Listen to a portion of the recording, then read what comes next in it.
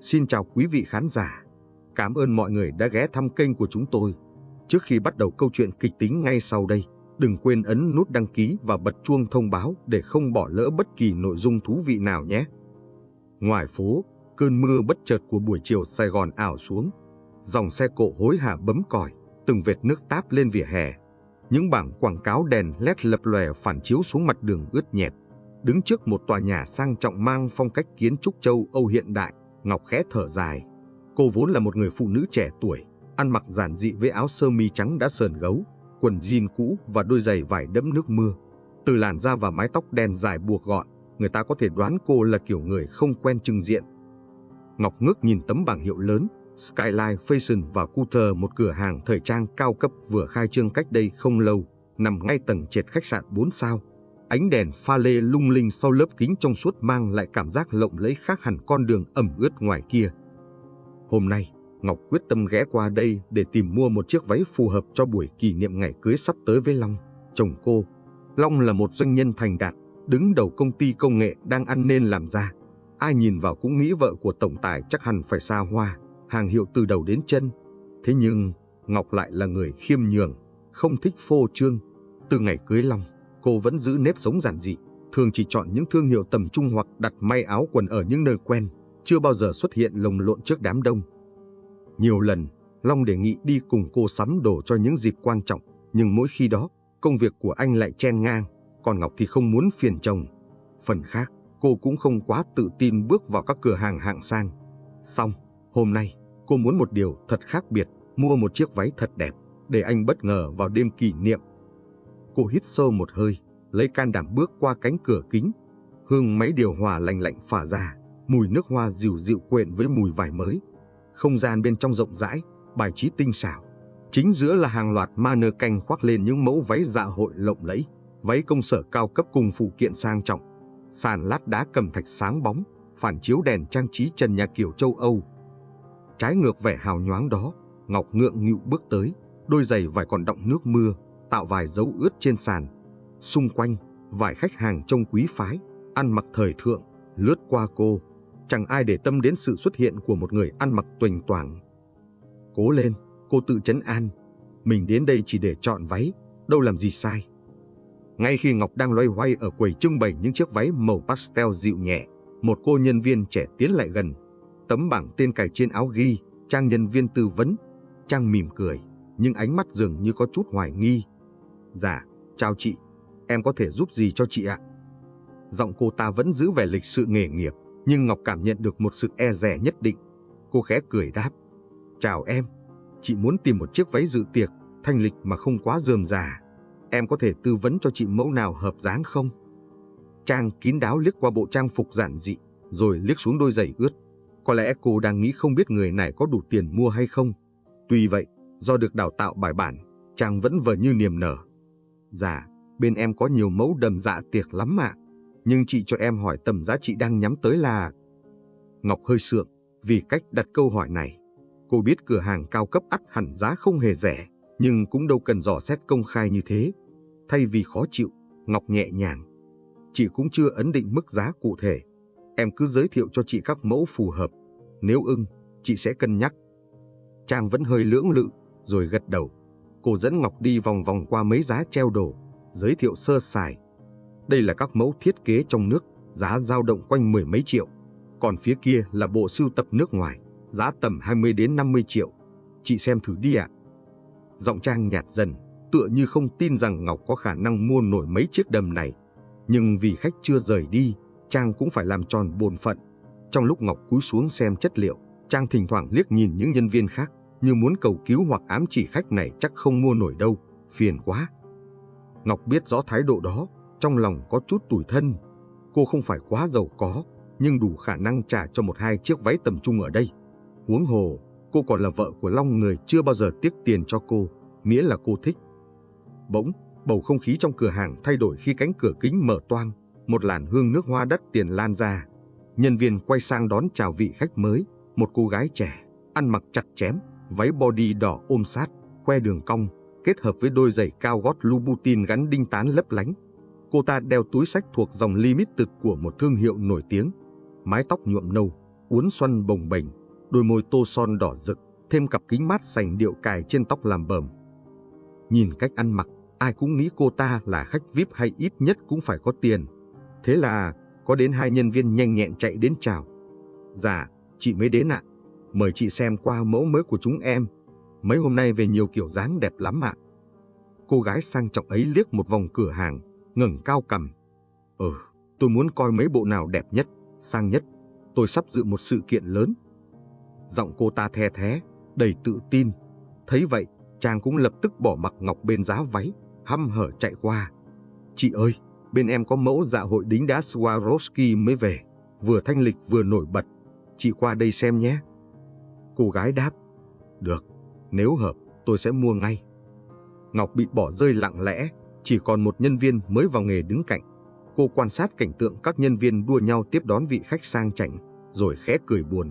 Dù không quen, nhưng cô vẫn cảm nhận được một sự chênh lệch quá rõ rệt. Khi nãy, mình bị dò xét, còn giờ người kia được chào đón như bà hoàng. Trong khoảnh khắc chạnh lòng, Ngọc nhớ lại quãng đường đã qua. Cô xuất thân từ một gia đình bình thường ở miền Tây, lên thành phố học đại học, rồi vô tình gặp Long chàng sinh viên đầy hoài bão. Sau này, Long khởi nghiệp, dần thành công. Tuy trở nên giàu có, anh vẫn giữ tính cách giản dị. Cả hai kết hôn lặng lẽ, ít ồn ào, hiếm khi chia sẻ đời tư trên báo mạng. Người ngoài chỉ biết Long là giám đốc trẻ tài năng, chứ mấy ai biết vợ anh là ai. Ngọc cũng không muốn phô trương. Cô thường mặc áo quần khiêm tốn, xuất hiện như một người bình thường. Vì thế, khi đến những nơi xa xỉ như Skyline Fashion và Culture này, cô gặp không ít ánh nhìn coi thường. Dù sao, cô cũng quen rồi. Tuy vậy, hôm nay, sự khinh mạn của nhân viên ở đây khiến cô chạnh lòng. Cô đứng quan sát một chiếc váy voan màu xanh pastel nhẹ nhàng, đường may tinh tế, đính vài viên đá nhỏ ở cổ áo. Sờ nhẹ chất vải, cô nghĩ mình mặc chiếc này chắc cũng được. Cô khẽ mỉm cười, định gọi nhân viên hỏi thử giá. Đúng lúc, nhân viên mới lại gần, giọng rụt rè. Chị ơi, váy này giá niêm yết là 17 triệu. Nếu chị muốn thử, em sắp xếp phòng thay đồ cho chị. Ngọc gật đầu, lòng chợt vui vì cuối cùng cũng có người giúp. Đối với cô, 17 triệu cho một chiếc váy không phải rẻ, nhưng cô có thể cân nhắc nếu thực sự ưng ý. Trong khi đó, cô gái sang trọng nọ đã chọn một lúc 3-4 chiếc đầm dạ hội, giá trị đều trên 30 triệu. Nhân viên hồ hởi mang vào phòng thử VIP cho Hương. Người ta lăng xăng, bưng nước, lấy giày cao gót phối đồ, thậm chí sắp sẵn ghế bành để Hương ngồi nghỉ nếu mệt. Còn Ngọc, cô chỉ lẳng lặng theo nhân viên mới vào căn phòng thử khiêm tốn hơn, nằm ở phía trong cùng, xa tầm mắt của đa số khách. Phòng thử VIP có rèm lụa sang trọng, gương soi toàn thân, đèn pha lê treo ở góc. Còn phòng thử dành cho Ngọc chỉ là một căn phòng nhỏ, đèn vàng nhẹ, gương soi đơn giản. Cô ngắm mình trong gương khi vừa thử chiếc váy xanh pastel. Dáng cô thon gọn, váy ôm nhẹ ở eo, khiến cô non thanh lịch. Ngọc mỉm cười, thầm nghĩ, không tệ. Cô bước ra ngoài kiếm nhân viên để hỏi ý kiến. Dọc hành lang, giọng Hương oang oang từ phòng VIP. Cái váy này đẹp đấy, nhưng tôi thấy hơi rộng ở eo. Có loại nhỏ hơn không? Nhân viên dạ rối rít, hối nhau chạy đi tìm sai. Bất chợt, Hương vén rèm, ló đầu ra nhìn Ngọc. Ánh mắt hai người chạm nhau. Hương đánh giá từ đầu đến chân, không giấu vẻ chê bai. Ngọc khẽ gật đầu cười xã giao, nhưng Hương chỉ bĩu môi, rồi lùi vào trong.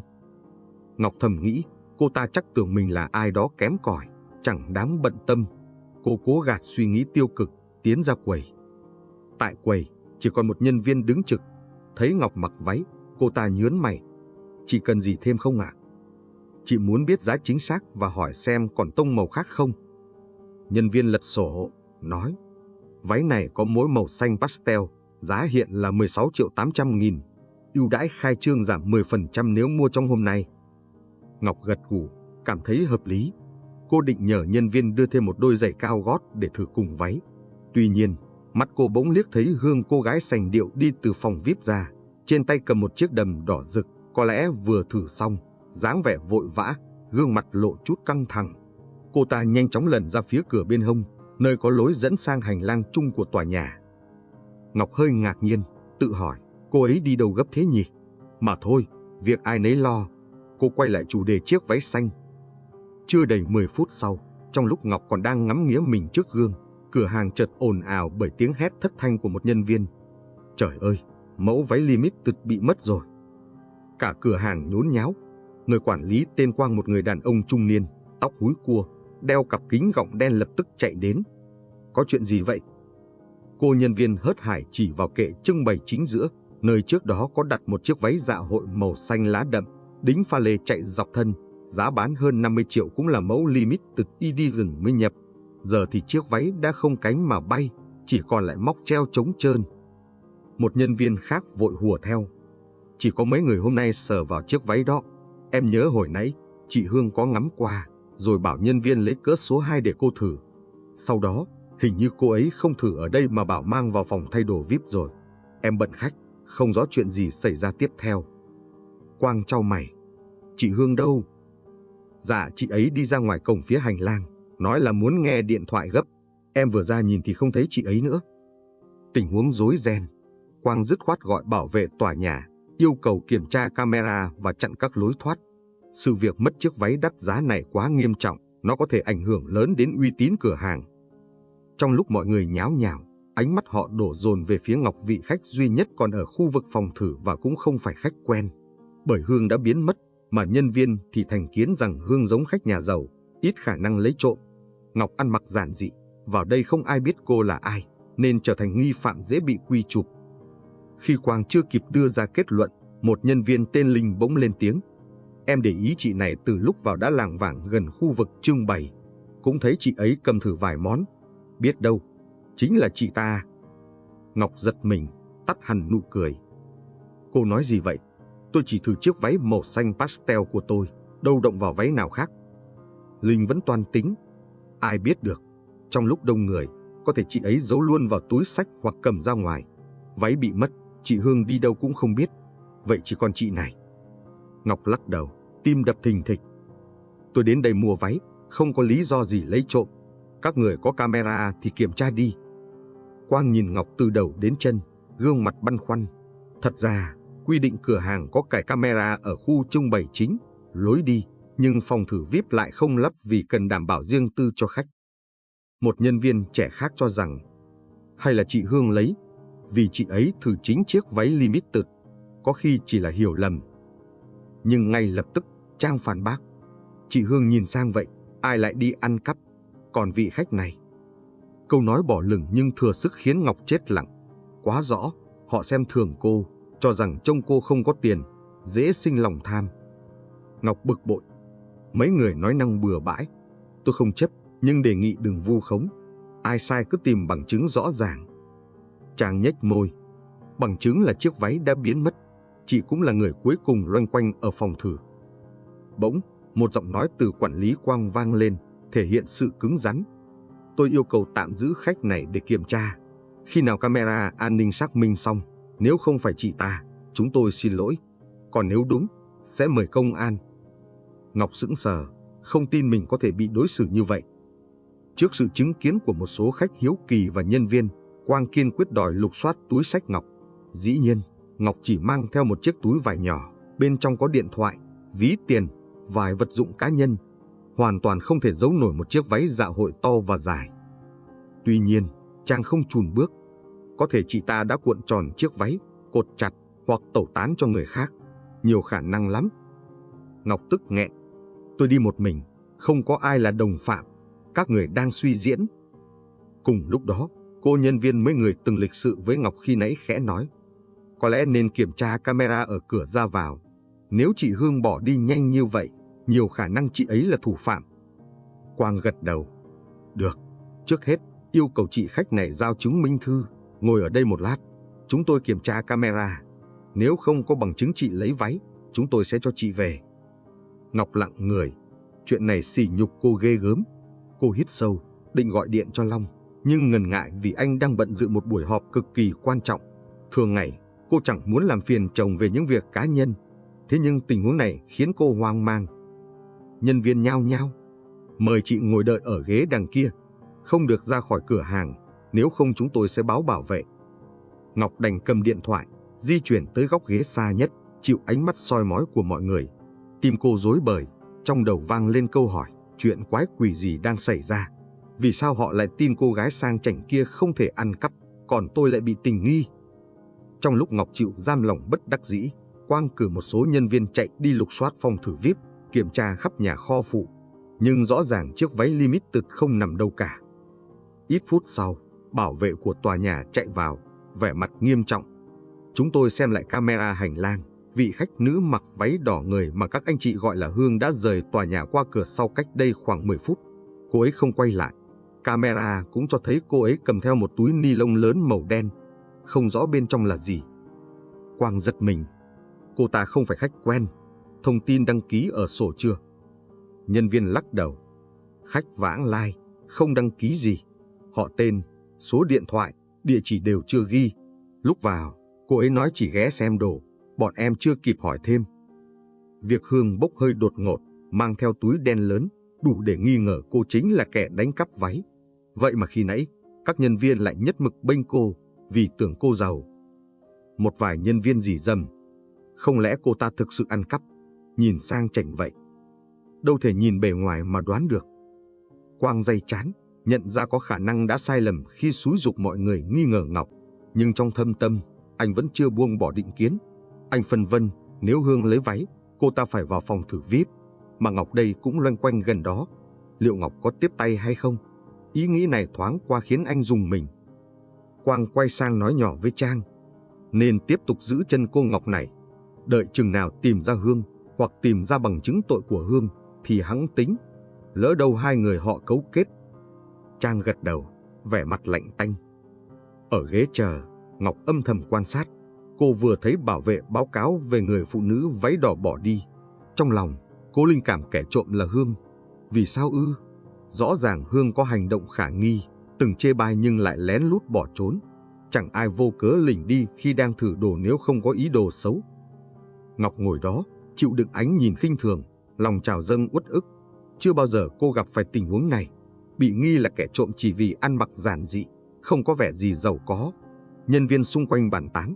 Có người chốc chốc đi ngang còn liếc nhìn cô như kẻ phạm tội chờ đợi phán quyết. Cô cầm điện thoại, tay run run. Cuối cùng, cô quyết định gọi cho Long.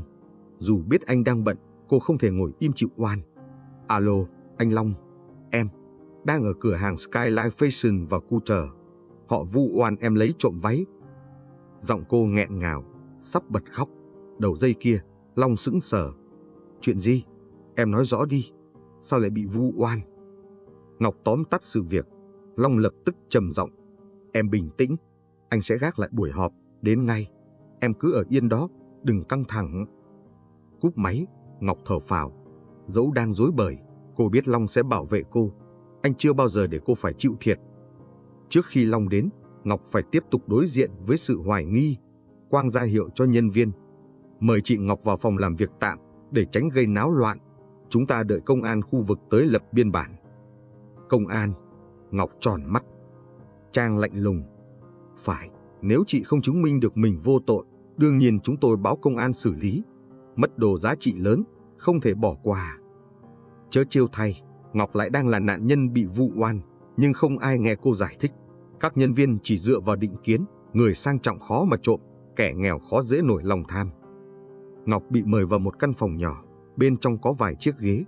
Cửa đóng, chỉ chừa một khoảng hở, bên ngoài có 2 nhân viên canh. Cô có cảm giác bị tạm giam. Khoảng 30 phút sau, chuông điện thoại ở quầy vang lên. Một nhân viên bắt máy rồi hốt hoảng. Quản lý ơi, có một vị khách tên Long đang ở sảnh, nói muốn gặp chị Ngọc. Anh ấy lái xe Bentley, có tài xế riêng. Cả đám nhân viên xôn xao. Quang nhíu mày. Bentley? Ai mà sang thế? Ông lập tức ra sảnh. Thấy một người đàn ông cao lớn, gương mặt nghiêm nghị, khoác bộ vest tinh tế, giày tây bóng loáng, toát lên vẻ quyền lực. Quang bước tới xã giao. Chào anh cần gặp. Long ngắt lời. Tôi cần gặp vợ tôi, tên Ngọc. Cô ấy gọi tôi, nói bị các người vu oan là lấy cắp. Anh là quản lý ở đây. Quang sững người, bất giác cảm thấy áp lực trước thần thái cứng rắn của Long. Ông ta đành gật đầu. Vâng, mời anh vào bên trong bàn bạc. Chúng tôi cũng đang chờ công an tới làm việc. Long gằn giọng. Công an? Vậy tốt, có pháp luật, càng minh bạch. Nhưng trước hết, anh cho tôi gặp vợ tôi ngay. Quang mời Long tới căn phòng tạm giữ Ngọc. Thấy chồng, Ngọc đứng bật dậy, nước mắt lưng tròng. Anh Long. Long kéo ghế, để cô ngồi xuống. tay nắm lấy tay cô, dịu dàng. Em không sao chứ? Kể anh nghe thêm. Ngọc run rẩy tóm tắt lại. Long nghiêm mặt quay sang Quang. Các anh dựa vào đâu mà giữ vợ tôi, trong khi camera cho thấy người phụ nữ mặc váy đỏ bỏ đi với một túi ni lông lớn? Quang lúng túng. Chuyện đó chỉ mới là nghi vấn. Biết đâu hai người phối hợp. Long cắt ngang, ánh mắt sắc lạnh. Đừng xúc phạm vợ tôi. Tôi sẽ phối hợp công an, yêu cầu trích xuất toàn bộ camera của cả tòa nhà, không chỉ đoạn ngắn. Nếu cần, chúng tôi sẽ lấy lệnh, vì công ty tôi có quan hệ với ban quản lý. Khi đó, ai sai trái, người đó chịu. Quang toát mồ hôi. Bỗng từ bên ngoài, một nhân viên khác hớt hải báo. Quản lý ơi, công an phường tới rồi. Hai cán bộ công an mặc sắc phục bước vào, một nam một nữ. Họ đề nghị Quang tường trình sự việc. Quang lúng túng trình bày, mất một chiếc váy limited, nghi ngờ khách hàng tên Ngọc. Tuy nhiên, anh ta cũng không thể giấu chuyện cô gái mặc váy đỏ có biểu hiện bỏ trốn. Long xen vào. Tôi là Long, chồng của người bị nghi ngờ. Vợ tôi không ăn cắp. Tôi đề nghị kiểm tra camera bao quát để xác định lộ trình di chuyển của tất cả khách ra vào trong khung giờ xảy ra mất đồ. Ngoài ra, tôi muốn xem camera ở phòng VIP nếu có. Công an nữ giải thích. Phòng thử VIP thường không gắn camera quay trực tiếp vì lý do riêng tư khách. Chúng tôi sẽ kiểm tra khu vực xung quanh, hành lang, cổng ra vào. Mọi người kéo lên phòng an ninh, nơi đặt màn hình giám sát. Họ tua lại đoạn video. Thấy rõ, Hương, cô gái váy đỏ, đi vào lúc 3 giờ chiều, ở khu vực trưng bày, xem chiếc váy limited. Sau đó, Hương cùng một nhân viên mang váy vào phòng VIP. Tiếp theo, camera ở hành lang cho thấy Hương một mình bước ra với một túi ni lông đen to bất thường, rồi đi thẳng ra lối cửa phụ. Quang tái mặt, cảnh quay hiện rõ rành rành. Hương không hề thanh toán, cũng không quay lại trả đồ cho nhân viên. Khi ra ngoài, cô ta cẩn thận che miệng túi, rất khả nghi. Ngọc nhìn chăm chăm vào màn hình, thở phào. Cô đã nói từ đầu, kẻ trộm rất có thể chính là Hương. Vậy mà họ chẳng chịu tin, còn vây bắt cô. Nhân viên công an gật đầu. Tạm thời, chúng tôi khẳng định nghi phạm số 1 là người phụ nữ váy đỏ. Cô ấy đã rời khỏi tòa nhà cùng túi ni lông to. Long siết tay Ngọc nhẹ, như truyền đi thông điệp em yên tâm, chúng ta gần giải oan rồi. Công an nam quay sang Quang. Tại sao anh lại nghi ngờ cô Ngọc? Quang ấp úng. Chỉ vì trang phục chị ấy bình thường, không phải khách quen, lại ở gần khu vực phòng thử. Công an nữ nghiêm giọng. Lý do đó không đủ thuyết phục. Lần sau, nếu mất đồ, hãy dựa trên chứng cứ thay vì thành kiến.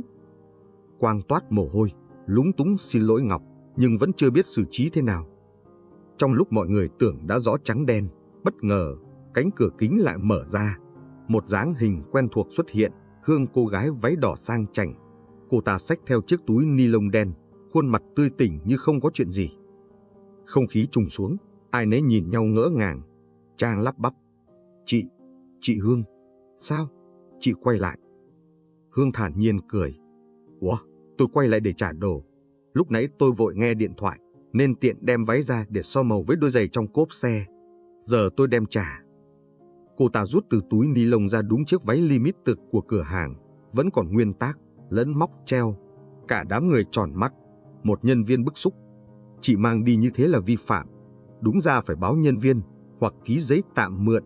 Chị làm bọn tôi hú vía. Hương vờ cười xòa. Tôi đâu cố ý ăn cắp. Tôi chỉ quên mất. Ai tin được. Đây rõ ràng là hành vi trộm. Sau đó có thể cô ta suy nghĩ lại, sợ bị truy cứu nên quay về trả, vờ vịt quên để thoát tội. Nhân viên công an cũng biết tòng. Anh nghiêm giọng. Mời cô hợp tác về trụ sở để làm rõ. Hành vi lén mang đồ ra ngoài không thanh toán, giá trị cao, đủ yếu tố nghi ngờ phạm tội. Hương biến sắc, liếc xung quanh. Trời đất, tôi không trộm cắp. Tôi có tiền, muốn mua thì mua được. Mà tôi quay lại trả đây. Quang và các nhân viên chỉ còn biết ngao ngán, vì rõ ràng Hương khó cãi tôi vô tội khi camera ghi lại cảnh cô lén lút. Hương chột dạ, dương mắt về phía Ngọc, ném một cái nhìn khinh khỉnh, rồi quay ngoắt đi. Sự việc càng lúc càng rõ, chính Hương lén mang váy ra ngoài, không thanh toán. Dù cô ta có bào chữa thế nào, cũng không hợp lý. Trước mặt công an, Quang không còn lựa chọn, đành quay sang Ngọc, cúi người. Tôi thành thật xin lỗi chị vì đã hiểu lầm. Do chủ quan nghĩ, Chị không đủ khả năng mua đồ ở đây nên nghi chị lấy trộm. Chúng tôi sai. Ngọc gỡ tay Long ra, đứng dậy, giữ giọng điềm tĩnh nhưng không giấu nổi chua xót. Anh nghi tôi ăn cắp chỉ vì ngoại hình tôi giản dị. Tôi đã nói, tôi không hề đụng tới chiếc váy nào khác ngoài chiếc váy xanh pastel. Nhưng các người phớt lờ. Nếu chồng tôi không tới, chắc tôi còn bị các người giữ ở đây lâu hơn. Quang cúi đầu thêm lần nữa. Một số nhân viên khác cũng bé bảng, nhất là Trang và Linh. Họ đứng im lặng, hối hận vì đã chót nặng lời, áp đặt thành kiến. Long lạnh lùng. Lời xin lỗi bây giờ có thể làm cô ấy đỡ tủi thân được không? Anh nói thử xem. Quang ấp úng. Chúng tôi sẽ có bồi thường thỏa đáng. Mong anh chị bỏ qua. Ngọc không muốn làm lớn chuyện vì bản tính hiền lành, nhưng cô biết Long sẽ không cho qua dễ dàng. Anh lên tiếng. Tôi sẽ cho luật sư làm việc với ban quản lý cửa hàng. Thay mặt vợ tôi, chúng tôi yêu cầu bồi thường tổn hại danh dự và tinh thần. Nếu cần, chúng tôi sẵn sàng kiện ra tòa. Quang hoảng hốt, rối rít. Vâng, anh chị bình tĩnh. Chúng tôi sẽ cố gắng đáp ứng. Hương đứng chờ, mắt láo liên, còn công an tiếp tục lập biên bản. Sau cùng, cô ta bị mời về trụ sở để lấy lời khai. Dù trả lại chiếc váy, hành vi cố ý mang tài sản ra khỏi cửa hàng mà không báo vẫn có thể cấu thành tội danh. Trước khi bị công an đưa đi, Hương vẫn không quên buông lời kiêu ngạo. Tôi có tiền, nếu muốn mua cũng chẳng thiếu. Chỉ là tôi, nhất thời cần so màu với giày. Mấy người làm gì căng? Công an nghiêm giọng. Cô không ký bất cứ giấy nào, không thông báo cho nhân viên. Cô lặng lẽ mang chiếc váy giá hơn 50 triệu ra khỏi cửa hàng. Cô nghĩ pháp luật là trò đùa. Hương cứng họng.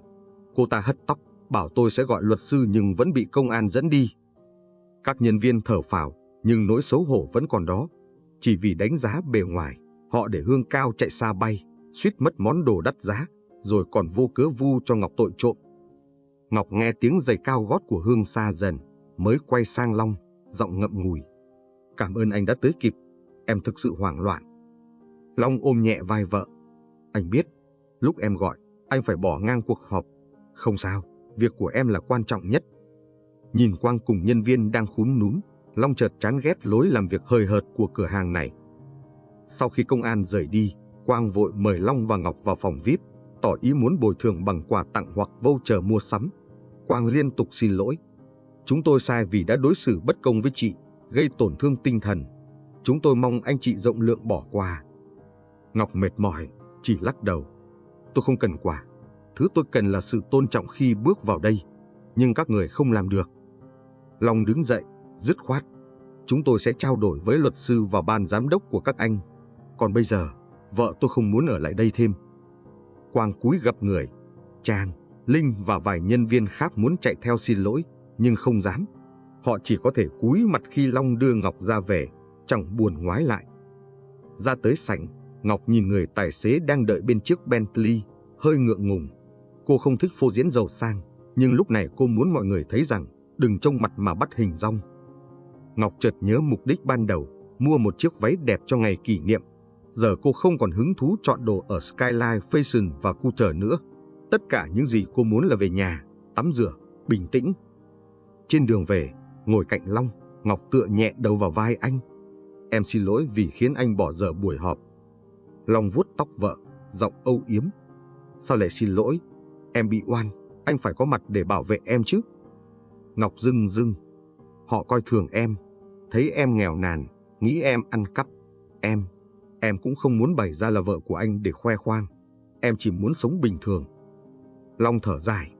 Anh hiểu, chúng ta đâu cần phô trương. Nhưng trong xã hội, nhiều kẻ chỉ nhìn bề ngoài đánh giá người khác. Thôi, đừng bận tâm nữa. Cô gật đầu, nước mắt rơi. Dù sao, nỗi tủi nhục hôm nay cũng giúp cô mạnh mẽ hơn. Long khẽ cười. Anh sẽ bồi thường tổn thương cho em thế nào nhỉ? Có muốn đi du lịch đâu đó, sắm sửa bù? Ngọc lau khóe mắt, mỉm cười. Có anh ở bên là đủ. Nhưng mà, em vẫn cần một bộ váy cho tiệc kỷ niệm. Chúng ta tìm chỗ khác, ít nổi tiếng hơn. Long cười ấm áp. Được, tùy em chọn. Vài ngày sau, Long đưa Ngọc tới một cửa hàng thời trang tầm trung. Nơi này không quá xa hoa, nhưng có thiết kế riêng tinh tế, phù hợp gu thanh lịch của Ngọc. Vừa bước vào, họ được nhân viên đón tiếp nồng hậu, không chút thành kiến. Ngọc lập tức cảm thấy thoải mái. Cô thử một chiếc váy lụa màu kem, dáng ôm nhẹ, tay lửng, nhấn eo bằng đai bản nhỏ. Long nhìn ngắm, khen rất hợp. Nhân viên cũng vui vẻ tư vấn cỡ giày, cách phối trang sức. Tất cả đều nhẹ nhàng, chân thành, khác hẳn Skyline Fashion và Couture. Cuối cùng, Ngọc chốt mua chiếc váy ấy với giá chỉ bằng 1/3 so với các mẫu ở cửa hàng cũ. Dù vậy, chất lượng và sự tinh tế không kém, quan trọng là cô nhận được thái độ tôn trọng. Ngày kỷ niệm cưới, Ngọc diện chiếc váy mới, gương mặt rạng rỡ, tay trong tay cùng Long bước vào nhà hàng nơi diễn ra bữa tiệc ấm cúng với gia đình và bạn bè thân thiết. Ánh đèn lung linh, bàn tiệc hoa tươi, rượu vang sóng sánh. Cả hai nhận về vô số lời chúc phúc. Trong không khí hạnh phúc đó, Ngọc thầm nghĩ, không phải cứ hàng hiệu, đắt tiền mới làm nên giá trị của một người. Quan trọng là cách chúng ta cư xử, tôn trọng người khác. Chính lòng tin và tình yêu giúp mình vượt qua nỗi oan ức, đứng vững và mỉm cười. Câu chuyện người phụ nữ ăn mặc giản dị bị vu oan ăn cắp nhanh chóng lan truyền trên mạng xã hội khi có một khách hàng khác chứng kiến, quay clip được một phần cảnh cãi vã. Ban đầu, clip đăng lên khiến nhiều người tưởng cô nhà quê kia ăn cắp thật vì ai đó trích đoạn. Nhưng ngay sau đó, người ta post thêm video công an kiểm tra camera, cho thấy thủ phạm là cô gái váy đỏ. Sự thật phơi bày, dư luận phẫn nộ với cách hành xử tệ hại của Skyline Fashion và Couture. Trên fanpage, hàng nghìn bình luận chỉ trích. Nhìn mặt mà bắt hình dong, giờ thì mất hết uy tín. Phân biệt khách, cái kết bị mất váy. Thấy sang bắt quàng làm họ, cuối cùng kẻ trộm lại chính là sang chảnh. Mắc cười. Trước áp lực dư luận, Skyline Fashion và Couture đăng bài xin lỗi chính thức, nói sẽ chấn chỉnh phong cách phục vụ, đào tạo lại nhân viên. Đồng thời, họ hứa bồi thường tổn thất tinh thần cho chị Ngọc, mong lấy lại uy tín. Về phía Ngọc, cô chỉ mong sự việc dừng lại, không muốn ồn ào làm ảnh hưởng đến cuộc sống riêng. Long thì để cho luật sư lo phần pháp lý. Anh muốn gửi đi thông điệp, cần công bằng và tôn trọng mọi khách hàng, đừng vì ngoại hình, trang phục mà phân biệt. Sự việc khép lại nhưng bài học còn in sâu. Chiếc váy limited mất rồi lại được trả, nhưng danh dự con người một khi bị tổn thương thì khó thể khôi phục như ban đầu, nếu không có sự công bằng can thiệp kịp thời. Về phía cửa hàng, sự cố này là hồi chuông cảnh báo về thái độ phục vụ. Chính sự phân biệt, xu nịnh khách có vẻ giàu và khinh rẻ khách trông nghèo khiến họ suýt thiệt hại tài sản, vướng rắc rối pháp lý, làm giảm uy tín thương hiệu. Một khi mất lòng tin, khó bề lấy lại. Còn với Ngọc và Long, vụ việc này không chỉ là một phen đau tim, mà còn củng cố niềm tin họ dành cho nhau. Long sẵn sàng đứng ra che chở vợ, trong khi Ngọc hiểu rằng đôi lúc, sự giản dị của cô vô tình trở thành yếu tố khiến người khác chê bai. Thế nhưng, cô không cần thay đổi bản thân để làm hài lòng ai, bởi sự đồng hành của người chồng yêu thương mới là nguồn động viên lớn nhất.